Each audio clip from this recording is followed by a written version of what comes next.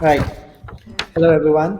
My name is Shubham Girdhar, and I'm a software engineer at Dream11.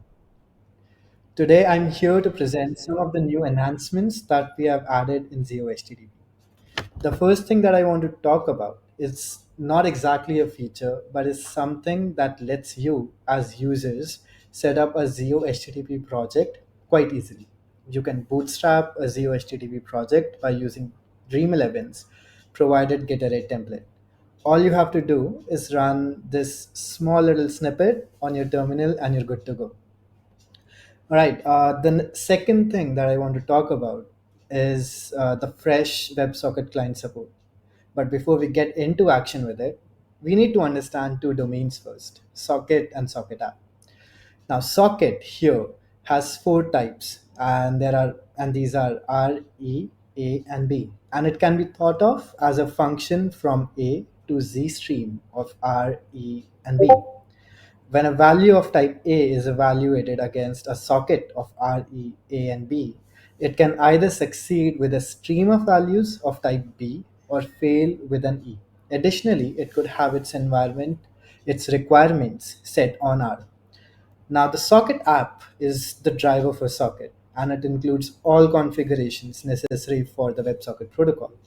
It defines configurations like timeout, open, message, error, close, decoder, and protocol. Now, using this domain, users can define the behavior for these event types.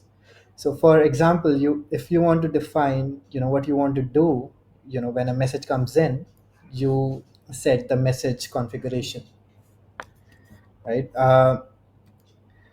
So now, how would you create a socket app?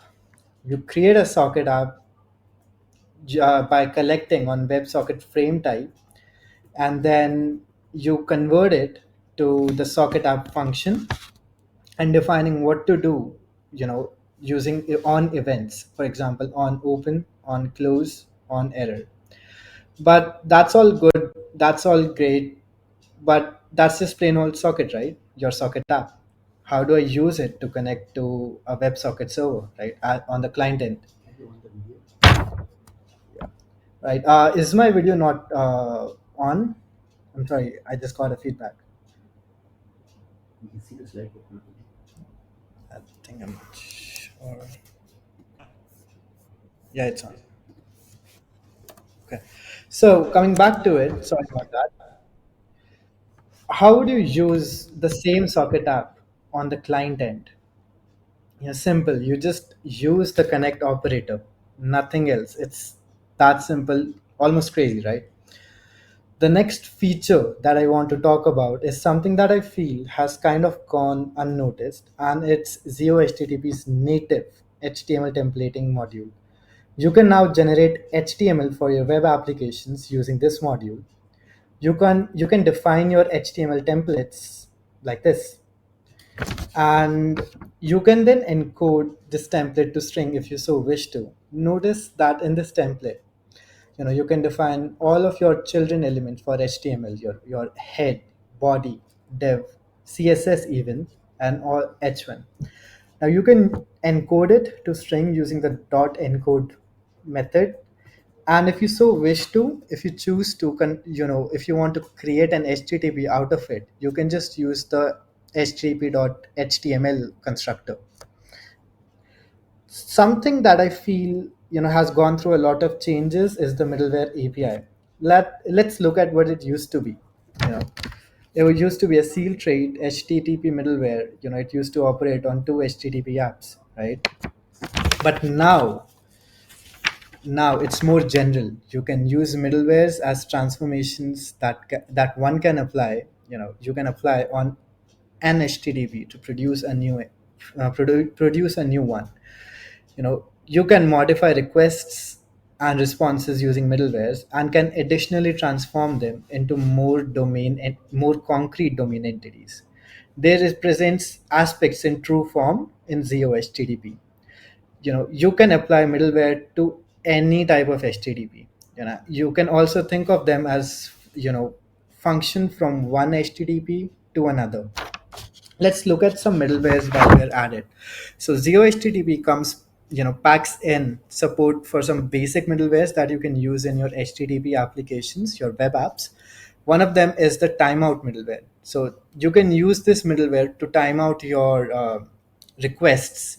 For example, if a request is taking too long, you can use this middleware to set a timeout for that request.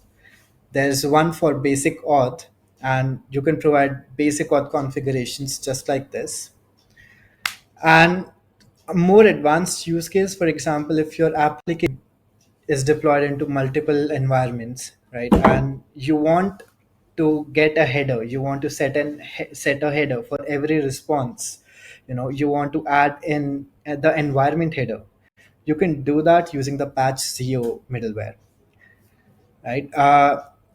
The next thing that I want to talk about is quite possibly the most asked features in ZIO HTTP. Any guesses for what it could be? I'll just give you a second to guess. Anyone? It's the support for request streaming. Okay, to give you more context, the standard way of mapping the HTTP protocol is via the request response model, and which works great. But what if the data is unbounded, right? There needs to be a mechanism that allows streaming request data to the server. The advantage of this approach is that the sender can send data that is beyond the sender's memory limit, and the receiver can act on that data stream in chunks instead of waiting for the complete data to arrive. And request streaming is just that. ZIO HTTP can now stream the HTTP request body. What used to be something that you can do on request body as string is now more powerful, lazier, and it has a built-in support for back pressure.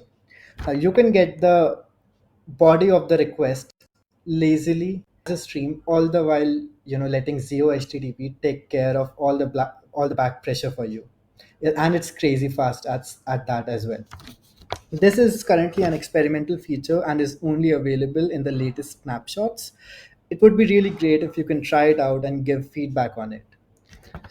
Now, moving on to one of the most asked questions on Discord, and that would be, when are we releasing the first stable build? Well, the answer to that is soon. I have a fair reason for that. And the thing is, we are actively working on a lot of features, and they sometimes involve breaking changes. At the same time, we would be publishing a roadmap for ZIO HTTP's first stable release. So it's going to be soon, and we'll keep you guys posted on Discord. Now, this was a 1000 feet view of enhancements that we have added to ZIO HTTP. If you have any questions on ZIO HTTP, you can reach out to the team on Discord using this link. The team stays super active on Discord, be it regular texts or on one of the voice channels. And if you so want to, we have one of our developers there as well. You can sync up with Gabriel after this talk if you have particular questions that you want to ask about ZIO HTTP. Finally, I'd like to thank the contributors for the support in building ZIO HTTP. Here are a list of contributors. Thank you so much.